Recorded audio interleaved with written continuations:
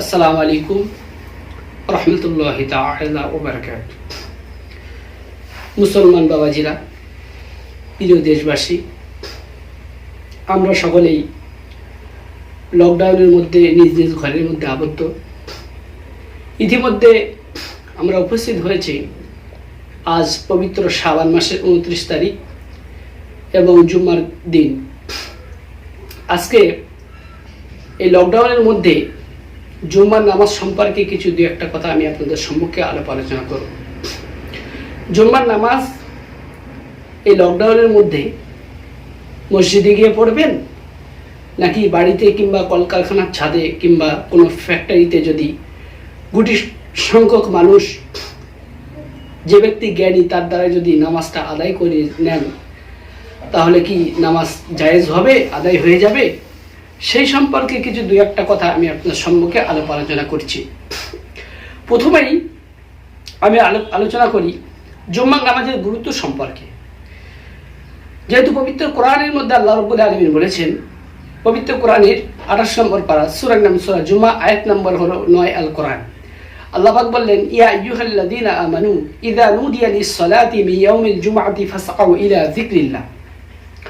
আল্লাহ পাক বললেন, হে ঈমানদার বিশ্বাসী বান্দাগণ, যখন তোমাদেরকে জুম্মার দিনে জুম্মার নামাজের জন্য আহ্বান করা হবে, তখন ওয়াদারুল বাইয়া, পৃথিবীর সমস্ত রকমের কেনা বেচাকে তোমরা বর্জন করে জুম্মার নামাজ আদায় করার জন্য তোমরা মসজিদের দিকে ধাবিত হও।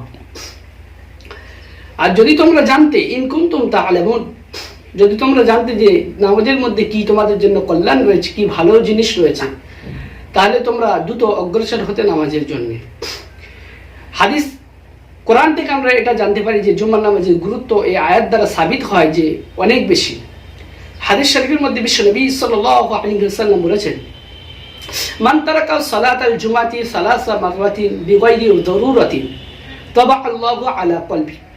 বিশ্বনবী সাল্লাল্লাহু আলাইহি ওয়াসাল্লাম বলেছেন, যদি কোনো ব্যক্তি তিনটে জুম্মাকে পরিত্যাগ করে, তিনটে জুম্মার নামাজকে যদি ত্যাগ করে, নামাজ যদি আদায় না করে, বিনা প্রয়োজনে, তার কোনো প্রয়োজন নেই, খামাখা যদি সে জুম্মার নামাজকে যদি 3 জুম্মা যদি ত্যাগ করে, তবে আল্লাহু আলা কলবি, সেই ব্যক্তির অন্তরকে আল্লাহ রাব্বুল আলামিন মোহরাঙ্কিত করে দেন, সেই ব্যক্তিকে আল্লাহ রাব্বুল আলামিন মুনাফিক হিসেবে চিহ্নিত করেন। তাহলে এই হাদিস শরীফ এবং কোরআন শরীফ থেকে আমরা জানতে পারি যে জুম্মার নামাজের গুরুত্ব অনেক বেশি। লকডাউনের মধ্যে যেহেতু সবাই তো মসজিদে যেতে পারবে না, সরকারের তরফ থেকে এই মহামারীর জন্য নিষেধাজ্ঞা জারি হয়েছে মসজিদে যাওয়া নিয়ে। মসজিদে জুম্মার নামাজ বন্ধ করা যাবে না, মসজিদকে আবাদ করা যাবে না।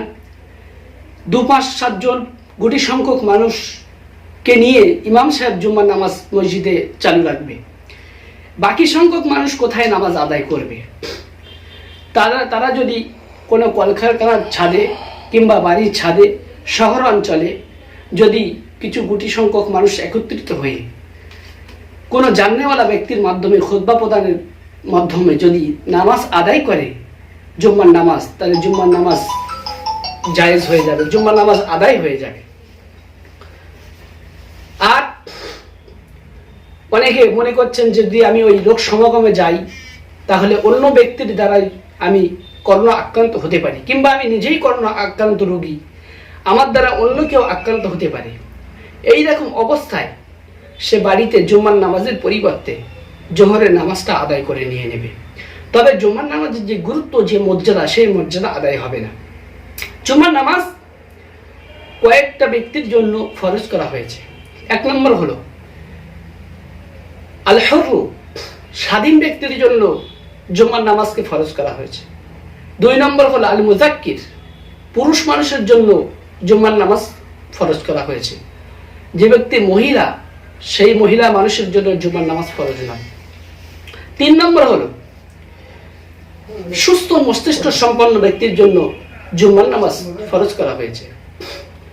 যে ব্যক্তি পাগল, মজনুন, সেই ব্যক্তির জন্য জুম্মার নামাজ ফরজ করা হয়নি। 4 নম্বর হলো মুসলমানের জন্য জুম্মার নামাজ ফরজ। ইহুদি, খ্রিস্টান, হিন্দু, জৈন, বৌদ্ধ, তাদের জন্য জুম্মার নামাজ ফরজ নয়। 5 নম্বর হলো বালিগ সম্পন্ন ব্যক্তির উপরে জুম্মার নামাজ ফরজ। যে ব্যক্তি, যে নাবালক, তার উপরে জুম্মার নামাজ ফরজ নয়। 6 নম্বর হলো মুকিম ব্যক্তির জন্য জুম্মার নামাজ ফরজ। যে ব্যক্তি স্থায়ী বাসিন্দা সেই ব্যক্তির জন্য জুম্মার নামাজ ফরজ। যে ব্যক্তি মুসাফির হয়েছেন, নিজের গ্রাম ছেড়ে অন্যত্র ভ্রমণ করেছে, সেই জায়গায় গিয়ে মুসাফির হিসেবে গণ্য হয়েছে, সেই ব্যক্তির জন্য জুম্মার নামাজ ফরজ নয়। তাহলে আমরা হাদিস শরীফ এবং কোরআন শরীফ থেকে জানতে পারি যে জুম্মার নামাজের গুরুত্ব, জুম্মার নামাজের ফজিলত কত বেশি। তাই যদি কোনো গুটি সংখ্যক মানুষ মসজিদে না গিয়ে যদি জোহরের নামাজের পরিবর্তে যদি জুম্মার নামাজ আদায় করে নেয়, তাহলে জুম্মার নামাজটা আদায় হয়ে যাবে। জুম্মার নামাজের গুরুত্ব ও মর্যাদা সেই ব্যক্তি পাবে। আর অনেকে মনে করছেন যদি আমি ওই জায়গায় যাই এবং নিজে যদি করোনা রোগে আক্রান্ত হয়, এই হিসাবে কোরআন বলছে ওয়ালা তুলকু বিআইদিকুম ইলা তাহলুকা। পবিত্র কোরআনের 12 নম্বর 1 সূরা বাকারার মধ্যে আল্লাহ পাক বললেন যে তোমরা নিজেদেরকে ধ্বংসের মুখে ঠেলে দিও না। যদি আমি ওই জায়গায় গিয়ে নামাজ আদায় করি তাহলে আমি নিজেই ধ্বংস হতে পারি, আমি করোনা রোগে আক্রান্ত হতে পারি। সেই জন্য আমার উচিত ওই জায়গাকে বর্জন করা। আর অন্যত্র আল্লাহ রাব্বুল আলামিন পবিত্র কোরআনের মধ্যে বলেছেন, পবিত্র কোরআনের 5 নম্বর 4 সূরা নিসার মধ্যে আল্লাহ পাক বললেন লা তাকতুলু আনফুসাকুম, তোমরা নিজেদেরকে হত্যা করো না। অতএব আমি যদি ওই জায়গায় যাই তাহলে নিজেও আক্রান্ত হতে পারি, অন্যকে আক্রান্ত করাতে পারি। সেই জন্য এই হিসেবে শরিয়াত অনুমতি দেয় যে যে জায়গায় তোমার প্রাণ নাশের আশঙ্কা রয়েছে সেই জায়গায় তুমি যেও না, নিজেকে ধ্বংসের মুখে ঠেলে দিও না, নিজেকে তুমি হত্যা করো না, নিজেকে তুমি ক্ষতি করো না। সেই জন্য এরকম যদি আশঙ্কা থাকে কোনো ব্যক্তি, তাহলে জুম্মার নামাজের পরিবর্তে জোহরের নামাজ যদি বাড়িতে আদায় করে নেয় তাহলে হবে, কিন্তু উত্তম হলো জুম্মার নামাজ আদায় করা। যাই হোক, আল্লাহ রাব্বুল আলামিন যেন আমাদের সকলকে এই কঠিন পরিস্থিতির মধ্য দিয়ে আল্লাহ রাব্বুল আলামিন যেন আমাদের সকলকে জুম্মার নামাজ পড়ার তৌফিক এনায়েত করেন। সকলে বলে আল্লাহুম্মা আমিন।